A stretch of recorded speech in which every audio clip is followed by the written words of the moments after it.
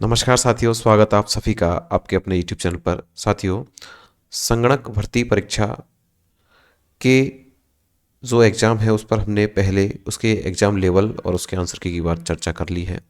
उसके बाद जैसे ही एग्ज़ाम हुआ हमने एक पोल जो है आपके लिए इस चैनल पर लगाया। आप सभी ने उस पोल में ज़रूर भाग लिया होगा, नहीं लिया हो तो चैनल को सब्सक्राइब करके आप अपनी वोटिंग ज़रूर कीजिए ताकि आपको अपनी कैटेगरीज वाइज जो जितने बच्चे उनके अंक आपको पता चल जाए।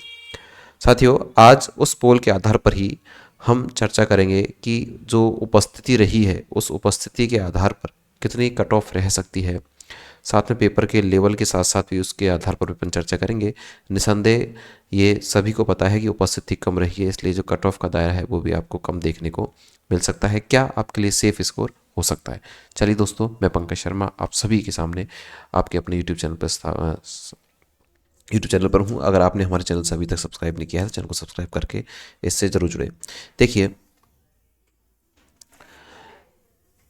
आपको यह पता है कि जो आपके जो टोटल फॉर्म की अगर बात करूँ तो आपके टोटल फॉर्म लगभग 1,80,000 थे। 1,80,000 आपके टोटल फॉर्म थे, जिसमें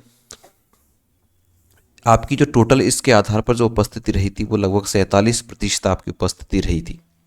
लगभग 85,000 लोगों ने इस एग्ज़ाम में अपने भाग्य को आजमाया। तो 47% किसी एग्ज़ाम में उपस्थिति का होना हालांकि कम ही है, लेकिन विद्यार्थी चाहे जो तैयारी करने वाले हैं उनको चाहे आप सेंटर कहीं पर भी देते हो, विद्यार्थी एग्ज़ाम जरूर देने जाते हैं। तो 47% का कंपटीशन है। कंपटीशन उसके बाद में मैंने पेपर के बारे में बताया कि आपका पेपर का जो लेवल था मॉडरेट आपका पेपर का लेवल था, अर्थात कुछ पोर्शन आपका इजी था लेकिन कुछ पोर्शन अच्छा था। जैसे इकोनॉमिक्स वगैरह का आपने देखा होगा तो इकोनॉमिक्स का काफ़ी अच्छे क्वेश्चंस आपको वहाँ देखने को मिले। हाँ, थोड़ा सा आपका जो जीके वाला जो पोर्शन था वो ज़रूर थोड़ा सा इजी था। तो उपस्थिति कम रही है। इसके आधार पर मैं आपको बता दूं कि जो पेपर का जो आपका जो लेवल था उसके आधार पर हम कट ऑफ की चर्चा करेंगे। सबसे पहले मैं जनरल के जो विद्यार्थी हैं उनके लिए मैं कट ऑफ की चर्चा कर लेता हूँ। देखिए, जो विद्यार्थी जनरल के हैं वो लगभग अगर 70 ये जो अंक लेकर आ रहे हैं, 70% अंक लेकर आ रहे हैं तो निसंदेह उनका जो है सिलेक्शन या वो अपने आप को सेफ स्कोर के आसार मान सकते हैं। जबकि यहाँ 68 से 70 के आसपास के जो विद्यार्थी हैं वो फीमेल, ये मेल है और ये आपका फीमेल है। तो फीमेल 68 से 70 के आसपास की बात करें, यहीं EWS भी मुझे नहीं लगता ज़्यादा आपका कम एक जो है आप यहाँ मान सकते हैं, और यहाँ आप 68 मान सकते हैं। EWS की बात कर रहा हूँ, 69 और 68 के आसपास जो विद्यार्थी है वो अपने आप को सेफ जोन मान सकता है। इधर ओबीसी में भी आप देख सकते हैं लगभग 67 के आसपास आप ओबीसी, और यहाँ अगर फीमेल की मैं बात करूँ तो फीमेल यहाँ आपका 65 के आसपास रह सकता है।